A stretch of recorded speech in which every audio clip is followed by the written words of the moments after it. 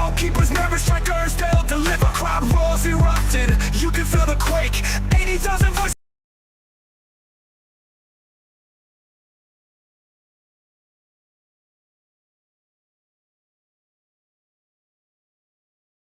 Yeah. Hello everybody, how you doing? You're welcome to the channel. So today we're talking about the NFF. We're talking about Nigerian football, and Nigerian football is sick and has been sick for a while. And I think NFF is the problem. Nigerian football is suffering from NFF urea, akin to malaria. That's what's wrong with NFF, wrong with Nigerian football. Like, you've seen the issues we've had with World Cup qualification, you've seen the issues with under 17 sides, you've seen the issues with the under 20 sides, or having problems qualifying. You've seen the issues with the under 17 side for the female team, the Flamingos. You've seen all these teams struggling. You've seen issues with player integration and development. We've seen issues with dual nationals recruitment, issues all around.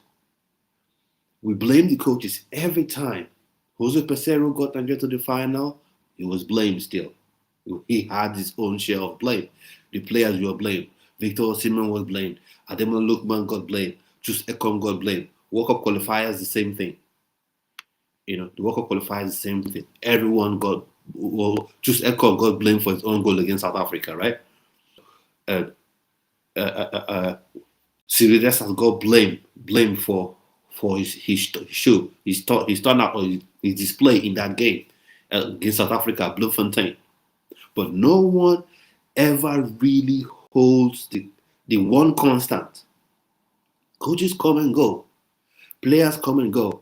For a lot of these players, this World Cup is going to be their last World Cup if the team qualifies. So Siemens, Olaina, Chus Ekong for sure, Bruno Yemachi. A lot of this squad, this is their last World Cup. But one constant you would have would be the NFF. You've seen the under 17, the one constant there was the NFF. The under 20, the one constant there was the NFF. Eric Chien was not the coach of the under 20s. Victor Osimhen obviously wasn't playing for the under 20s. The one constant there has been the NFF. And I want to share a video that someone post out there. Maybe some of you have seen it, some of you haven't seen it, but I watched it a bit and I said, yeah, this guy is onto something. He's saying something really, really important and useful. So I would like to play it. Let's watch together and let's see what you think come the end of the show. Of course, I'll be giving you my own 2 cents on opinions. Leave your opinions in the comment section as well, and we'll talk about them. And as well, I'll be dropping the link to this chat in that comment section. So you can comment, you can join me here, and we can have the discussion, face to face. So first off, let me just bring this up here, and let's hear what he has to say. I'm sure a lot of you must have listened to him. I think his profile is the Big Bird. That's what he calls his profile, his X handle. So you can go check it out. So I'll just play this, and then let's hear what he has to say. For this country, NFF don't finish us. We think say na Super Eagles, we dey press calculator, they follow Super Eagles before. We no say the main people wey we suppose dey press calculator follow since just dey for corner. As a man, they chop wire, they squeeze face.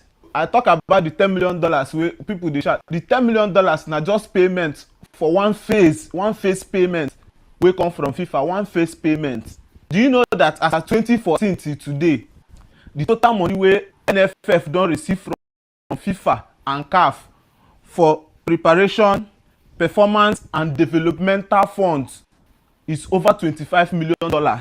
Yes, $25 million. You know, say if I call this money for dollars, you be like say una no dey understand the funds wey we dey talk about. Do the conversion, press your calculator, and this money wey I dey talk about no follow for funds wey dey come from federal government. This one na just the one wey come from FIFA and CAF. I no add the $10 million wey federal government give Nigeria for World Cup preparation. No, I no add the recent 12 billion wey federal government give NFF. They call am intervention fund, 12 billion naira intervention fund. I know that one no fall for the 20-something million wey I dey tell you about. So all this money dey enter our sports federation, look around you, look around you, look around the Nigerian football space. E get anything wey dey show say that kind money dey enter this country? Where development wan come from? Serious countries don dey invest with their own money wey dey receive, dey invest in talent and infrastructure. Go google una, these things are not public knowledge. Go check other countries wetin dey use their own money do. And those countries no be like say dem no dey corrupt o. They still dey chop their own money. Some people still dey chop. Our own no be corrupt problem. We just have wicked people in high places. True. Our Azamien just dey chop our own funds, dey squeeze face. I'll just pause this. So that kind of money dey enter. I'll pause this and then I'll give my own 2 cents about it. Now, don't worry, we'll continue with the video. But what he said there is really important, right? Corruption is not something that is only in Nigeria. Oh, we are bashing NFF like they're the only corrupt football federation in the world. No, you have corruption everywhere. Everywhere. US, UK, Spain, Italy, Japan, politicians are corrupt. Football FA chairmen are corrupt. It's everywhere. It's not something you say is a Nigerian thing. It's everywhere. But the issue with the NFF is it has transcended, corruption to sheer wickedness, right?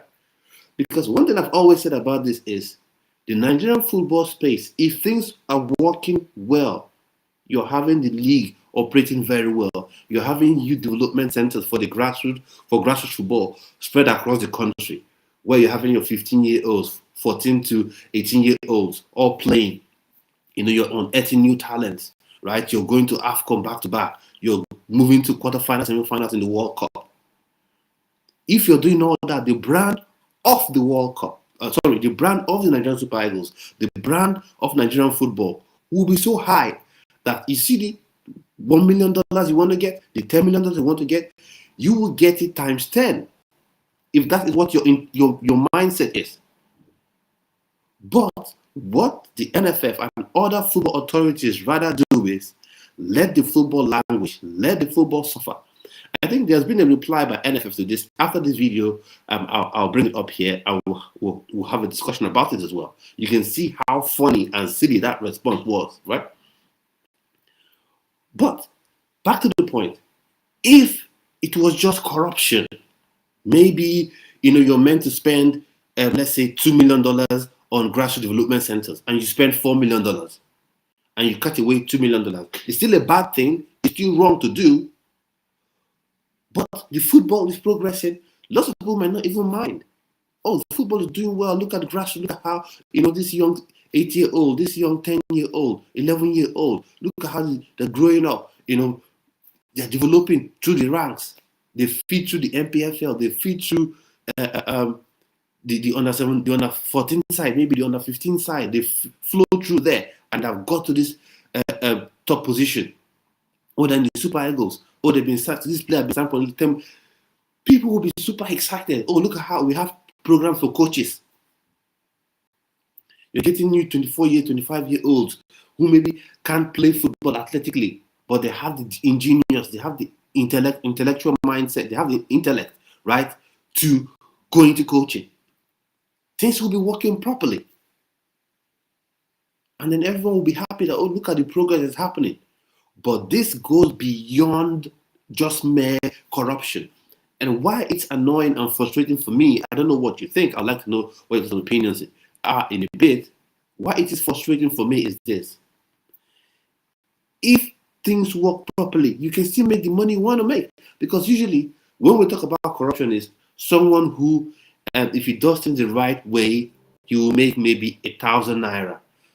But if he does things the wrong way, he will make 3,000 naira. But in this circumstance, if things are done the right way, you will make 10,000 naira as opposed to the 5,000 naira you are making doing things the wrong way. So that's why it's baffling, it's mind-numbing how the NFF they're going about things. Now, I'll play this video till this end, and then afterwards, I'll give my opinions about it, and then I'll open up the channels for people who want to join in the discussion, and then we'll progress, from there. So I'll just press play on this, and let's continue. Hand, we dey carry plywood up and down for Uyo. Super Eagles na buta they use do ice bath. Buta. We no fit buy better camera, hire better people wey go handle media. We complain from Android, then buy I don't know whether na SR, they upgrade am to SR. This thing I dey tell you, go to FIFA website. It's on FIFA website. All this thing I'm telling you is on FIFA website. Our shame dey on FIFA website. They post am for us like that. We leave people wey we suppose dey follow up since they waste annoyance and anger on top Super Eagles head. People wey we suppose dey thank, dey appreciate. Where the development wan come from now? See our league, see our under-17, see our under-20. Shebi yesterday they don say trash our under-17 women. They go soon pack their bag, they come house. Where the development wan come from? Where money wey they map out for development? You know how many youths? You know the impact wey this money, if na say they properly invest am, you know the impact wey this money forget for the life of youth for Nigeria. Every country wey serious country have programs they are running now, developmental programs they are running now for their youth and this thing. We know all this while we no even train coaches. Okay, bring out money, go send coaches to courses. We no even do am. Wetin NFF use all this money do? They need to come out and start telling us so. As from 2014, under the leadership of Amadou Pinnick, with the current NFF president, Mr. Gusau, we are in serious mess because from where we stand today, they look front, no hope in sight, no hope. They don't chop our future finish. They don't chop our future away. And tomorrow we go dey heap blame. They laugh our league. They heap blame on Super Eagles. Meanwhile, the people where they took us this pin, they waka free. Yeah. So I think would fine talk by stop sharing this, and then I'll be back with you. Now you see he's made some very fine points, and that's true. That's true because okay, each time Nigeria plays a World Cup qualifying game, if the country does not win, what happens, right? You blame the guy that misses the goal. Oh, Victor Osimhen no fit score. Oh, 1v1. Oh, even my grandma go score that one. If Eric Chell plays someone out of position, we blame him. We criticize him, of course, as he should, right? Oh, look at how he's playing Cyril Dessers out of position. Oh, look at how he's playing Ola Aina at right back. We blame him, as we should, because that is his role, to tactically set up the team in the best way possible to win. But we rarely hold the NFF culpable. We rarely hold them accountable. Because what is the constant? Is the NFF, I've said it before.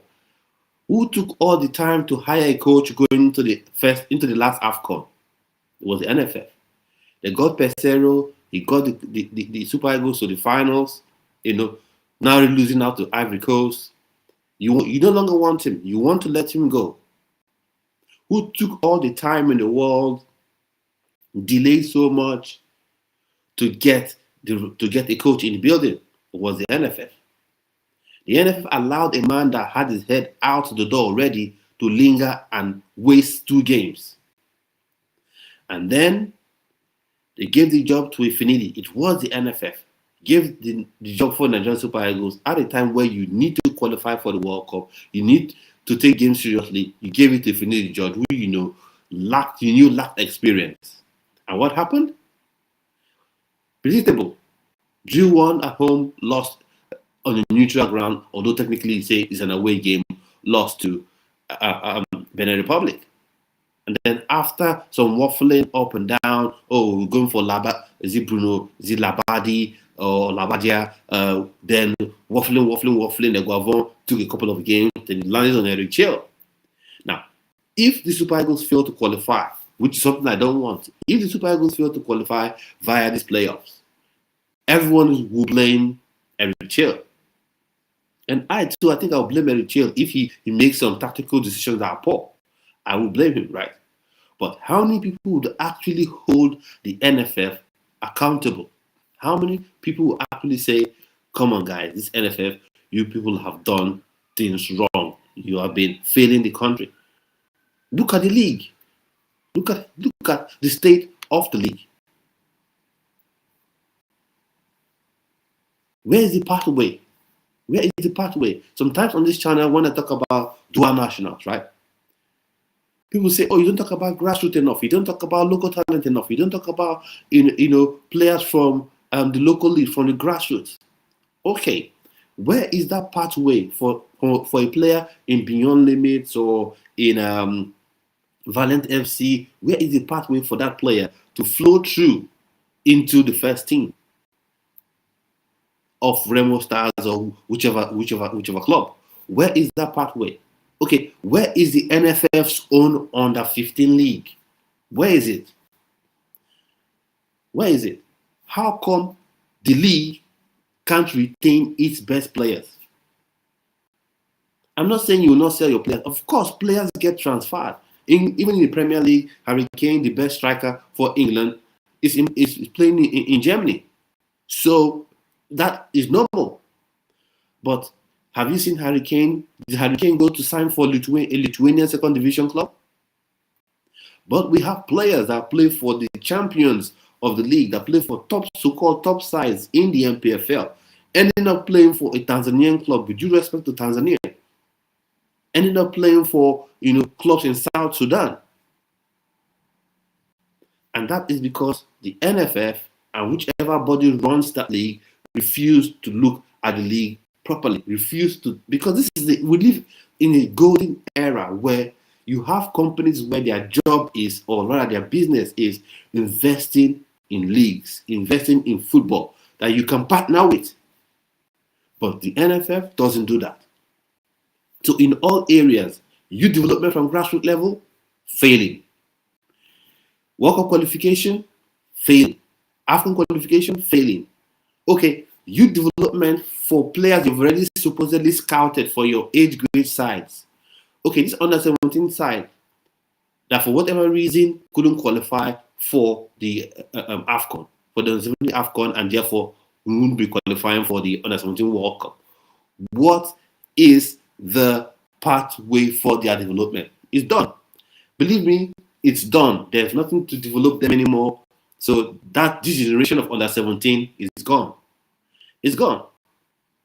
That's it. It's done. It's done. And then for the under 20, what is the pathway for them to progress? So the NFF, they're basically killing Nigerian football, and we are watching it happen. Nigerian football is sick. Nigerian football is sick right now. It's on life support. It's on life support because I don't know if you are all comfortable with the fact that Nigeria missed out on a World Cup. Could, we don't want it to be the case, but could miss out on another World Cup. Could miss out on another World Cup. I don't know how many of you are comfortable. Say, oh, that's fine. Oh, everybody misses out on World Cup every now and again. Yeah, true. But countries that miss out on competitions, they act to make sure that it doesn't happen again. Like if you're a big country in Europe, like you always qualify for the World Cup. When you miss out on one, you do all you can to make sure you don't miss out on the other. So it should be the same thing for Nigeria. Oh, you missed out on one World Cup? Okay, let's do all we can to make sure the next World Cup we don't miss out. Okay, we'll talk about dual nationals, right? We'll talk about dual nationals. And people always have different sort of opinions as to regarding dual nationals. Some people feel like, oh, dual nationals should not be playing for Nigeria. Like, what are you talking about? Someone whose dad, mom, and the Nigerians, you say that you don't play for Nigeria, then something must be definitely off somewhere, right? And the NFF, they lean in onto this. Now, They are top. I'm not saying you bring every Tom, Dick, and Harry who is a dual national because he's a dual national. You have top talents that the NFF are unable to get in. Look at Morocco. I use Morocco as an example always. This is the reason I use Morocco as an example. Because they are in a similar position to Nigeria when it comes to this dual national thing. Lots of their players are dual nationals of Spain. Lots of their players are dual nationals of Holland. But the moment the Moroccan FA or Football Association gets in touch with these players, they decide to play for Morocco. It's not even so much of a debate. Ibrahim Rabaj, young wonder kid at Chelsea. How many days, how many weeks of discussion? Boom. He switched over to playing for Morocco. Brahim Diaz, Real Madrid. Few moments of discussion. Boom. He just to play for Spain. Look at Senegal, the same thing. Asane Diao, top prospect. Everyone saying he's going to play for Spain. Senegal got into the mix. Boom. He played for Senegal. So the things that the NFF does, the NFF is failing Nigerian football on every count, every metric you would use to measure success at a football federation. The NFF, they're failing. Every metric you would use, every single metric. Number one metric, qualifying for AFCON and winning it, failed. Because we qualified for one, got to final and failed, didn't win that one. Regularly, at the very least, qualifying for a World Cup. That should be bare minimum with World Cup. Qualify for it at the very least. At the very least, qualify for a World Cup. But you've missed out on one World Cup. Under 17, you've missed out back to back. Back to back. Now the under 20 World Cup, we know the shambles it was putting that team together. Went to the AFCON, saw what the AFCON was like, and no lessons were learned still. No lessons were learned.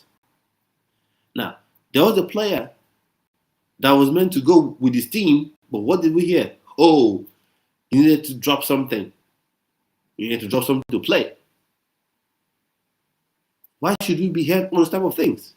If you have an FA that is committed to winning, if you have an FA that is committed to winning, why would we be hearing all these things? Right? But it keeps going on and on, unchecked. Absolutely unchecked.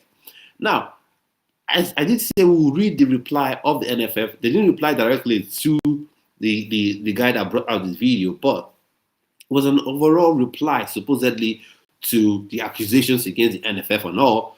But let's read it, and then you see what pure utter shambles, we have in the NFF, and that would reveal to you the kind of people you have running the Nigerian Football Federation.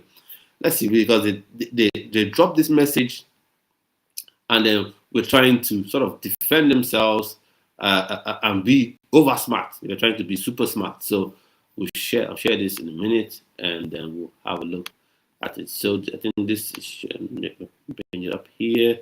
So this is from Adepoju Toby Samuel, NFF Communications Department. So let's share this. Let's share and bring it up. Let's share and bring it up here.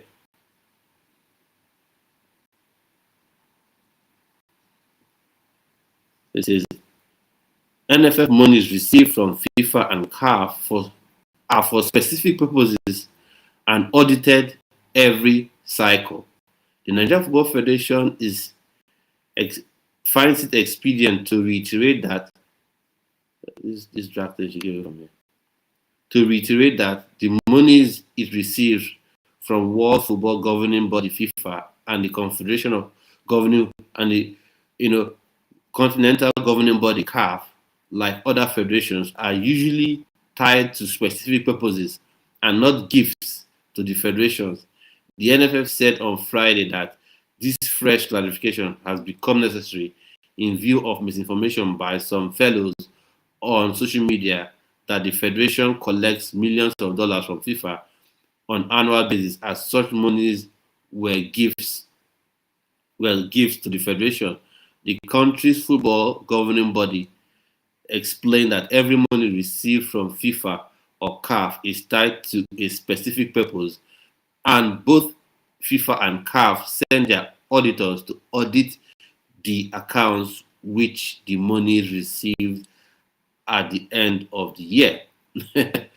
Now, for me, this one is interesting. It's interesting. It's an interesting one to read and talk about, because first of all, okay, I don't see anywhere where anyone said it was a gift. I have not seen anybody say, "Oh, this is a gift," or "This was given as a gift to the NFL," right?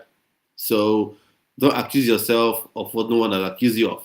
They say the money is paid to the NFF, to use for certain developmental purposes, and you haven't used them. You're saying they're tied to certain specific purpose. Can the NFF please, please, please, please, please tell us which specific purpose, do you have those monies tied to? Now let's know, so we can see the purpose, and then they say, okay, yeah, this money, $1 million, was sent in, to build a training pitch in, let's say, Gusau or in Guatemala in Abuja, and okay, yes, it's actually been done. No, it has to. When you say specific purpose is not something that exists in the air. What purpose is that? So I've dropped the link to the video. You can click on it and enjoy, and let's have a discussion together. So what specific purpose is that? Specific purpose is ambiguous. It's ambiguous. It holds no meaning. What is the specific purpose? Is it for training coaches, training referees? And speaking about referees, Nigeria wouldn't have any referees listed, I think, for this CAF coming up, CAF AFCON coming up. So what is that specific purpose? What is that specific purpose? We need to know. I need to know. You need to know. So we can judge, we can ascertain. When you have a player on the pitch, like you have a striker on the pitch, when you see Victor Osimhen running, when the true pass is played to him, your expectation that, he has the ball at his feet, 1v1 goalkeeper, you want him to score. So if he misses, you can say, oh, Indomie, so he has missed. Oh, he scores, though, he has scored. So what is the purpose? That those monies paid to the NFF are paid for. You can see the guilt reading as in mixed in that response. You can see the guilt. And oftentimes, Nigerians will say we want to hold people accountable, right? And when people begin to hold people accountable, we almost begin to shift back. Nigerians need to hold the NFF accountable. Look at the state of football. Back to back to back to back to back. Mr. On one World Cup, almost going to miss out on another. Victor Osimhen has, is a hero, scored a hat-trick. So Nigeria in a very good position right now with the playoffs coming up against Gabon, and you have hopefully maybe Cameroon or DRC Congo. But how about the other side of things? The Under-17 World Cup, going to miss out for the second time in a row. Look at the Under-20. The AFCON was a pure utter shambles, right? Glossed over by that bronze medal. Then you went to the World Cup, got smashed, got absolutely smashed and disgraced at that World Cup. You look at the players, look at the player recruitment. And this is even because each time I speak, people say, Ugo, you're talking about dual nationals a lot. Talk about the grassroots players, the players who should come through maybe the NNL or through the TCC championship, the creative championship. Where are those players in that team? Now, there was a player that we're all told is the new JJ, is the new Iwobi. At least Iwobi, I have my shortcomings about him, but an Iwobi playing at the way he was playing when he was under 20 would have been very, very good for that under 20 team. But and that was meant to be that Kamaldeen. The Kamaldeen did not get to see any game time. He didn't get to see any game time. So every metric you use to judge a football association, a football governing body, they fail on all counts. Look at the league. Can you honestly, hand on heart, look at the NPFL and say, wow, this league is good. It's really good, yeah? Can you seriously look at the league and say, oh, it's good, it's moving somewhere? No, you can't. You just can't. You just can't honestly say the league is progressing as it should. Grassroots development. You can't point at any part of Nigeria to say this is what the NFF are doing for grassroots development. Look at the impact. And there was a comment, because I think someone posted on X saying the NFF said they were spending 200,000,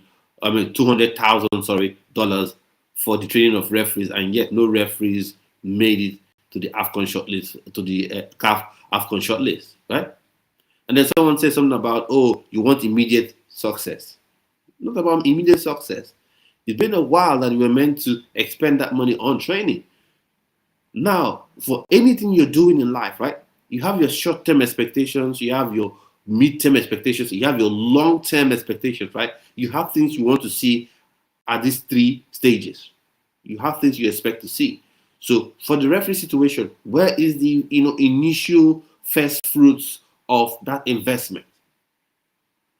I don't know where you live in Nigeria. I don't know what community you're from. Can you point to say, okay, yeah, this guy is just talking, he's just saying this. In my community, I can see the NFF Academy that is being built there. No, we don't. We don't see anything because the NFF is killing Nigerian football. The NFF is killing Nigerian football. Nigerian football is sick. Is sick. Seriously. The fact that we are having to play a playoff, is maddening. It's maddening. Hopefully, the Super Eagles can win that one and go to the World Cup. But the fact that you're having to play a playoff, not in a group where you have Egypt or Ivory Coast or, the real big boys, in a group where you have South Africa as the next strongest team, you're struggling. Of course, every chair has its portion of the blame to bear. Of course, the players have a portion of the blame to bear. But we all know certain names on that list were not Eric Chill's names. We are not players he invited. We know those names are probably names pushed in by the NFF. Because there's some players, when you see how Eric Chill wants to play, you see what they bring or what they even don't bring, you just wonder, what are they doing on that list? So the NFF isn't really obsessed about winning, and we as Nigerians really don't even hold them accountable. We let them go scot-free.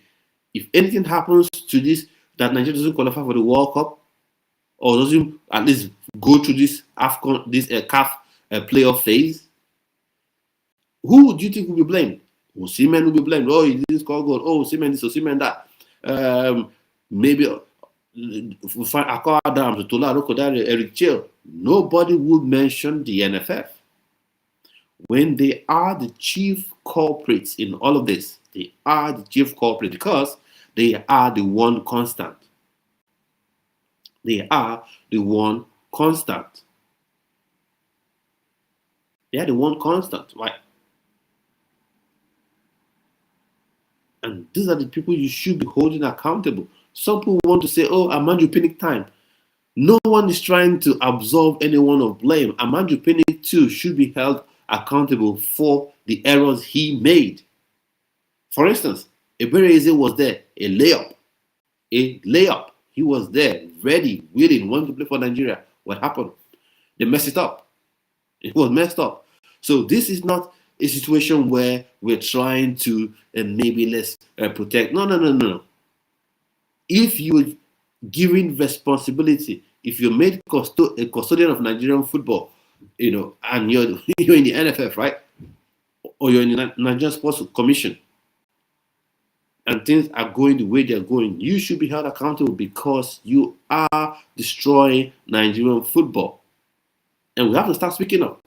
It's okay for you to watch your Arsenal, support your Arsenal, support your Chelsea, support your Manchester United and all. But you should also be holding your national team handlers accountable, and not just the coaches, not just the players. On a daily basis, we hold them accountable. Cyril Dessers didn't play well, he's not longer been invited, right? The NFF even came up with a statement about him, right? But who holds them accountable? If Nigerians begin to hold the NFF accountable, then they will begin to be responsible. If someone walks into your house, takes maybe, 100,000 naira from your drawer and goes away, you don't say anything. He does it again. He does it again and again and again and again. What's to stop the person from doing it again? Nothing, because you've kept quiet, because you've acted like it's no issues, that individual has now felt like it's also no issue, so he keeps doing it. The same thing with the NFF. They know it. Under 17 World Cup, they failed to qualify, no developmental pathway for the players in the under 17. The under 20 team, the same thing, disappointing performance, disappointing team building, disappointing team building. No one holds them accountable.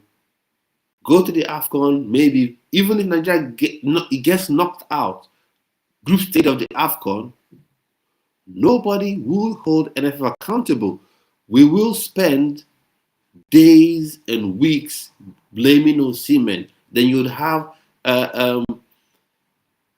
rival fans at the club level. Oh, Arsenal fans will be dragging this Chelsea fan over this player, over that player, as opposed to holding these people accountable. They are the people ruining Nigerian football. Nigerian football is sick, really seriously sick. Look at the league. You can't retain anybody.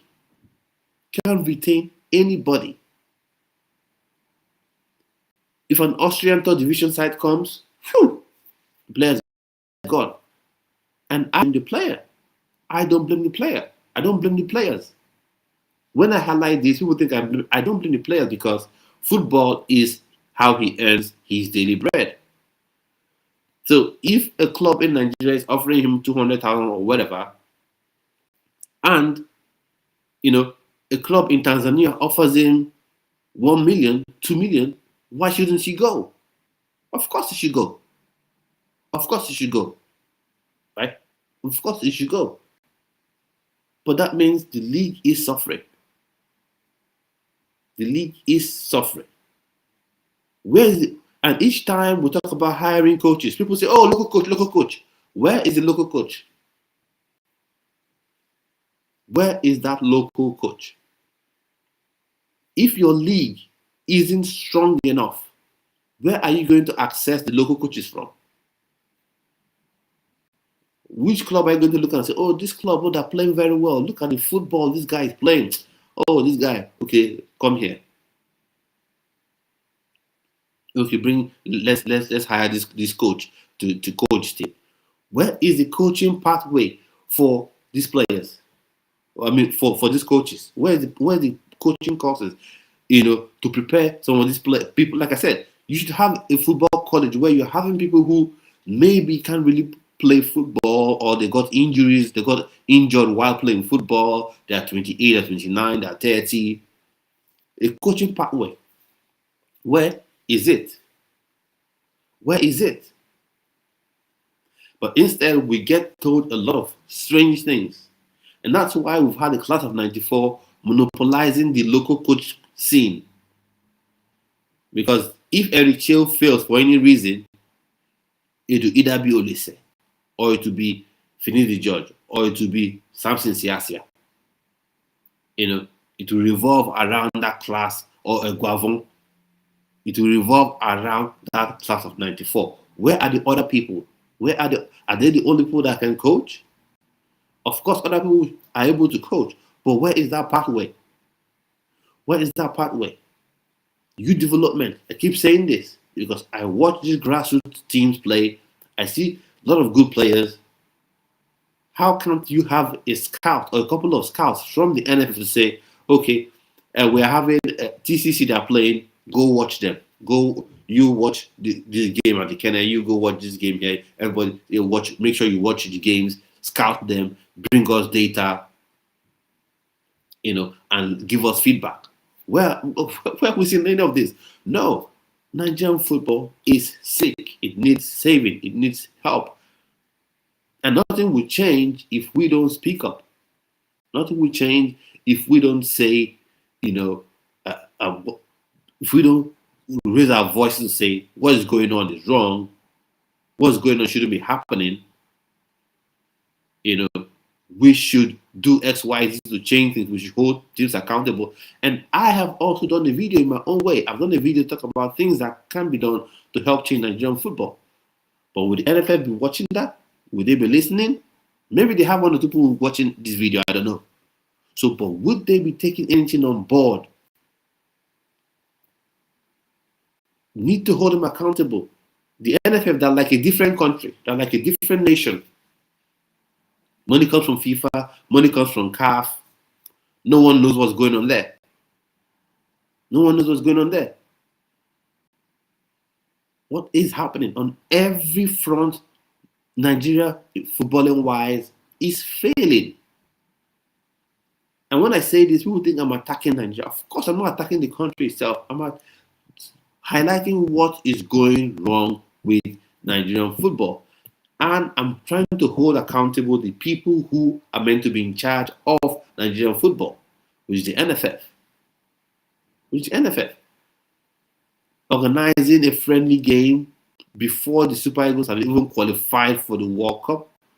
And it's not like the Super Eagles had won, they have like they draw away from qualifying for the World Cup. You knew how things were. Instead, you went to fix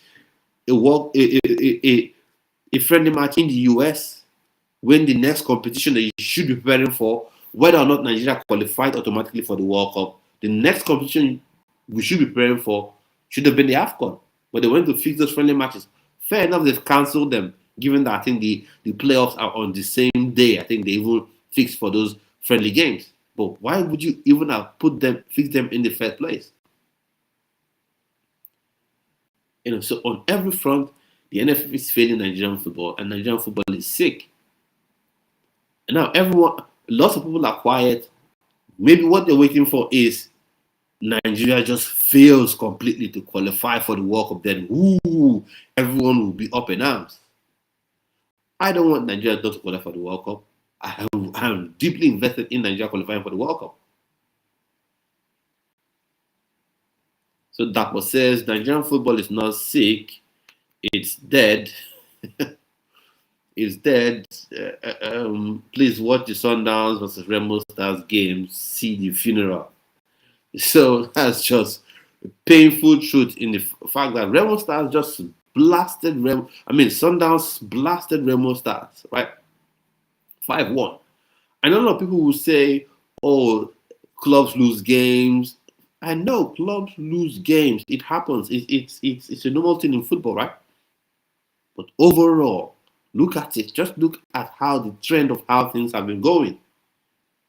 Under 17, missed out on AFCON, missed out on World Cup, 2 years running. Under 20, got to third place of AFCON, playing very bad football. World Cup got trashed, embarrassed, and you could see the team. Sometimes a team could lose out in an under 20 competition, but when you watch the way the team played, you watch the way how the team was put together, the talents in the team, you would say, "Oh yeah, good. Had we lost, but this team, the way this coach has got these players playing, bright future. All these players, bright future." But no, unfortunately, that wasn't the case for the under 20 side, right? It wasn't the case at all. It wasn't the case, right? It wasn't the case because you could see how the team was put together. You could see that it was missing something that was not even the AFCON, and still you went with the same thing. And we hear reports about coaches demanding things from players. So how can that happen? How can that fly under the watchful eye of an NFF? So how can we let that happen under the NFF? No one holds them accountable. And I know some people will say this funny thing. Oh, but is it the NFL that will go on the field to play? Then how do we hold them accountable? At what point? So they are just meant to sit there, enjoy all the benefits of free travel, free hotel accommodation, free dressing allowances and all that stuff, and not accountable for anything. They should be accountable. This player recruitment thing is so annoying. And that's why I say on two sides are failing. Because you have people like Morocco who are doing the infrastructure side. Their infrastructure, they are building it, is top-notch, good. And they have their player recruitment side where the best players from Moroccan grassroots, the best players, from outside of Morocco are brought together from their under-17 straight through. But for Nigeria, failing on all fronts. Infrastructure front, failing. Player recruitment, failing. Now, I don't have any youth network like the NFF, but I'm able to see players. So how would you say the NFF can't? Okay, look at Philip Otele. Why is he not in this team? Adema Lukman, yes. Who is the next guy behind him? Look at how this team got to get to this playoff. Went there with no right back. Benjamin Frederick only, Benjamin Frederick just rose to the occasion. It wasn't a plan. It was an accident. It was an accident where we are happy with the result in a way, but it wasn't a plan. It wasn't planned like, okay, the plan is we're going to get, no. We had Olaina who has been out. We knew this, Olaina out for 2 months or even more. No replacement. Oh, let's invite just Brackersay Samuel. Brackersay Samuel pulled out injured. No replacement. Oh, this Benjamin Frederick. Oh, if you play right back now, okay, play. That was it. No plan. And if this team had failed to get to this playoff, everyone will blame the team. No one will call NFF. So that boss says, okay, thanks for your comments. Thanks for your comments in the chat. Say, Ugo, not only are we losing, but we are not producing players anymore. Bami of Yum Yum FC went to Under-20 World Cup twice and still ended up in Slovakia. Yeah, that's the truth about the matter. That is the truth about the matter, right? Look at anyone watching this, right? If you're watching this, please go and check out the Creative Championship. I promise you, I don't own any stake in the competition. I just love what they do, right? Go and watch the various teams. Pick a team. Love any of those teams. Watch them through. Beyond Limits, Valiant FC. Watch them through. These are not dual nationals because each time I mention dual nationals, it's like, oh, you talked about dual nationals. What about the grassroots ones? These are players born in Nigeria, playing in Nigeria, right? Watch them. You would see top level talents. But what is the pathway for these players? Ishak Razak, I think that's his name. I know Ishak, right? Captain for Sporting Lagos FA. Very good. I did a video on him on this channel. You can check it out where I said he is the regen of Benjamin Frederick, right? Where is the pathway for that player? Where's the pathway? Look at Beyond Limits. There's Saka Yusuf. Exciting winger. Creates chances, scores chances. Where is the pathway for that player? Where is that pathway? Okay, now you've got boys like Promise Meliga, gone to Valerenga. You've got guys like Onyebuchi Obasi, right? Where is the pathway? What is the NFF's plan for these boys? Shola Ogundana, he's now with Dynamo Kiev. What is the pathway for these players? So they're failing on all fronts. Recruiting players. It's not just a Nigerian thing. All over the world, you have that competition. You're seeing players who are, Nigerian and Spain. Spain, they're eager. They want to get Samuel Morudian, Samuel Gehua. They're looking to get him in. I think more or less done now to be is tied to Spain. So that's done. So we lose on both fronts, the grassroots level, we lose dual national level. So where in player recruitment or player integration, where are we winning? Where is the NFF winning? Where is the NFF producing for Nigerians to say, okay, we want to focus on grassroots? Because a lot of people like to bring up this argument, right? A lot of people love this argument, right? Oh, dual nationals, they don't have passion to play for Nigeria. They don't breathe fire. Let's go grassroots, do a home base. Okay, fair play, no problem, fair play. So, but where are the grassroots boys? Where are the grassroots boys? The players from the grassroots level that they are bringing through the ranks. Where are they? None.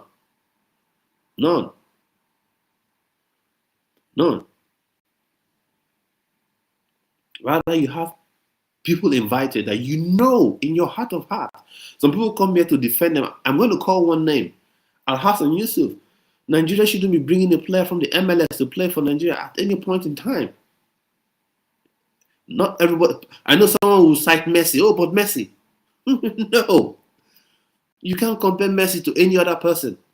The body of work that Messi has put on the ground, even if he goes to play in third division India, he should still play for Argentina.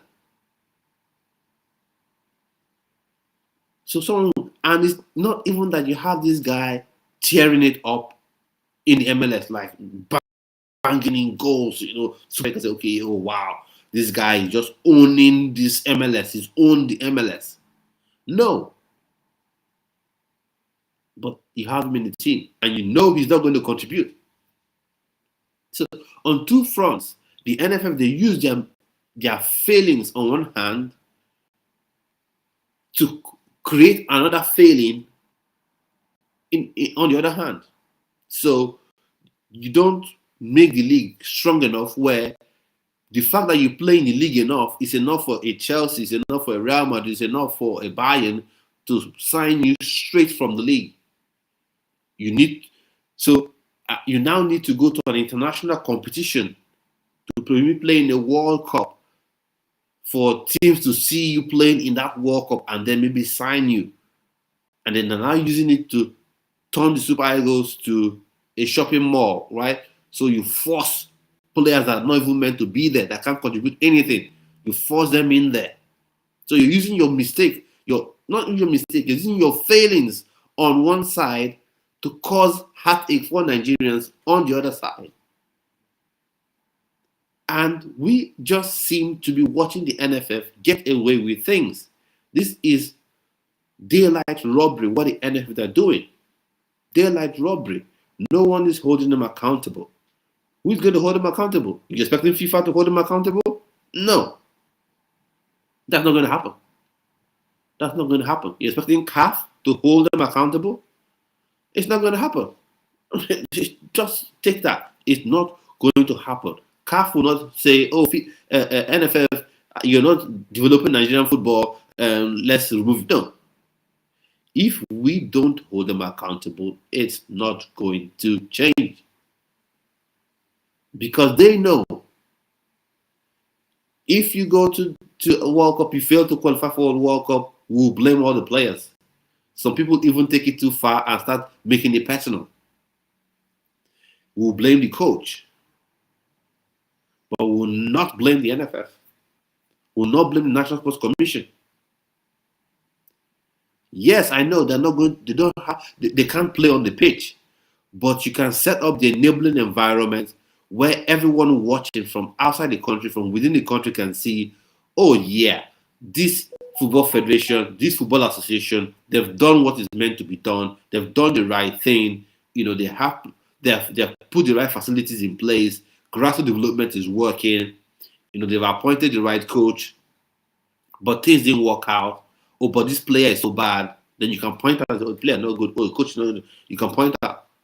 But when you look at everything, okay, look at that video. Just Ekong was having to do his ice dip in a basin, or what I call it, a basin or a bucket or whatever that was, a drum. A drum. A drum. A plastic drum. A plastic drum. A plastic drum, that is where your captain, your Super Eagles captain, had to dip himself into for his recovery. Let that sink in a bit. So we criticize these players. I do. I have my own share where I criticize them as well.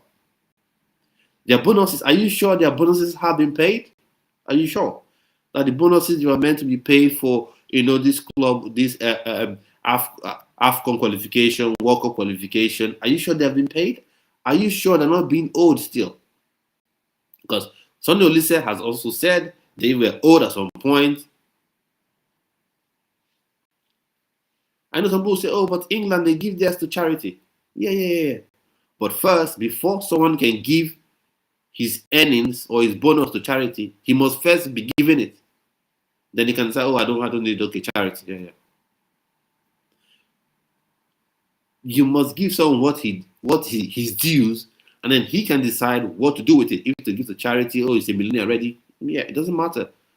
Even if a man earns 100 million and he deserves £1,000, you give him that £1,000. You give your man what is work for, what is earned. So it doesn't matter. So the NFF are failing Nigeria. Nigerian football is sick. Like Dako says, he's dead. And we're watching it. We're watching it happen. We are watching it, and we are not really, really standing up to say anything about it, which is really sad in my opinion. And that's why I decided to do this video today. I know it's not a super exciting topic where we're talking about goals here and there and all that stuff, but we have to talk about this, because if we do not talk about this and hold the NFF accountable, how then do we get a team that we can be proud of? How then do we get a team that we're proud of? Because when you talk about natural talent, grassroots talent, raw talent, can dribble, can run at pace, everything you want from players, Nigeria produces a ton of these raw talents. But how do you harness them if there's no pathway? We talk about age sometimes. Oh, this guy is old. But have you asked yourself, there's a question we don't ask ourselves, why has that player had to do that? Why did he have to do that? Because there is no pathway. There is no pathway for a 14-year-old to move through, flow through, play for Remo Stars, play for Kwara United, play for Ranchers Bees, flow through the system. There is no pathway. So when there is no pathway, what you have is players that are thinking, ooh, maybe I'm 28 now, and footballer's career is very short. So if I stick to 28 and then play, if I say I'm 28, maybe I'll play till I'm 30, 31, and my career will be over. Because if you have someone who has been playing football from 14, 15 in a structured level, and then by 18 is already a professional, play till he's 28, 29. If he plays up to 30, he'll be fine, he'll be okay. And that's what we forget, because we blame all the players and all that. And then who selects these players? Who selects these players? Who selects the players? Who? And then if you say, oh, but it's only the coaches, who appoints those coaches? Who are those coaches meant to be accountable to? Who is Eric Chell meant to be accountable to? Who is Ali Zubair meant to be accountable to? Who is Lana Bosso? Who does he have to be accountable to? Isn't he meant? Aren't they all meant to be accountable to the NFF? Of course, they're meant to be accountable to the NFF. If you're just joining, I've been talking about Nigerian football, the state that is in, the sick state that it has been for some time now. The NFF holding them accountable. So, let me know your thoughts and opinions. Say, Dapo, really thank you for your comments. Really, really significant to what we're talking about, because Nigerian football can be better. It can be better, so much better, so much better. And I'll say this transcends corruption. It's beyond corruption. It's beyond corruption. And it's frustrating, it's annoying, it's sickening, it's nauseating, because you don't have to derail Nigerian football for you to benefit from Nigerian football.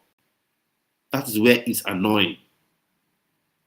That is where it is annoying. You don't have to derail Nigerian football. You don't have to make wrong appointments. You don't have to treat dual nationals like they don't exist.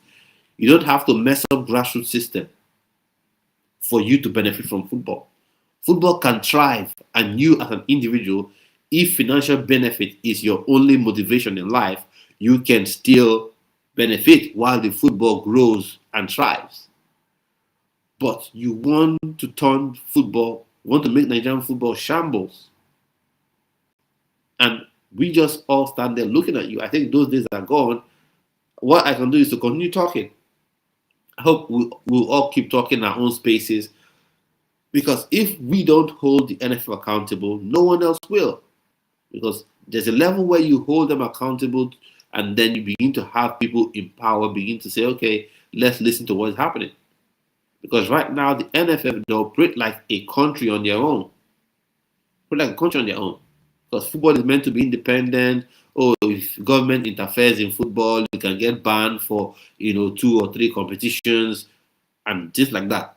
So governments are usually very careful, very skeptical about intervening in sport and in football in particular. So the NFF and other FAs, they get away with things way too much. Way too much. Way too much. So I don't know what your opinions are. I think we'll soon be coming to the end of this video, but let me know what you think. I really want to know what you think. I've dropped the link to the video, and here you want to join, you can join now or close very soon.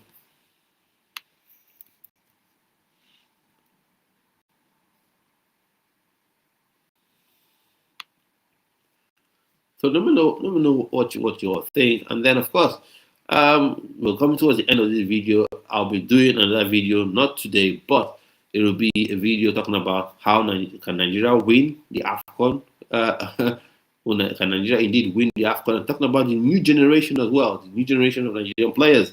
As we've been talking on this video, grassroots players from grassroots, dual nationals, NFF. You have all these blessed, talented players. What are you doing to integrate them and make them part of Nigeria's future? What is the plan? Let's say everything works out well, Nigeria qualifies for the World Cup. One thing still remains. 4 years from now, 5 years from now, all these players that we have presently in the Super Eagles will be gone. Most of them will be maybe chilling out at their home somewhere, coaching somewhere, or doing something else. So what is the plan to rebuild this team? Who are you integrating into this team? Who is that youngster that is in and around the first team, in and around the Super Eagles? I don't know, Suleiman no. Who are those youngsters that in and around the setup? We have not seen anyone. I don't know if you have seen anybody. I have not seen anyone. So what is the plan of the NFF in that regard? So yeah, at this point, we've come to the end of this video. Thank everyone for watching. I know I wanted some people to join, to click the link and join, but yes, people are super busy today. But I'll see us, and of course, we'll continue talking about this. We'll continue talking about this for sure. But for now, I'll see you on yet another video.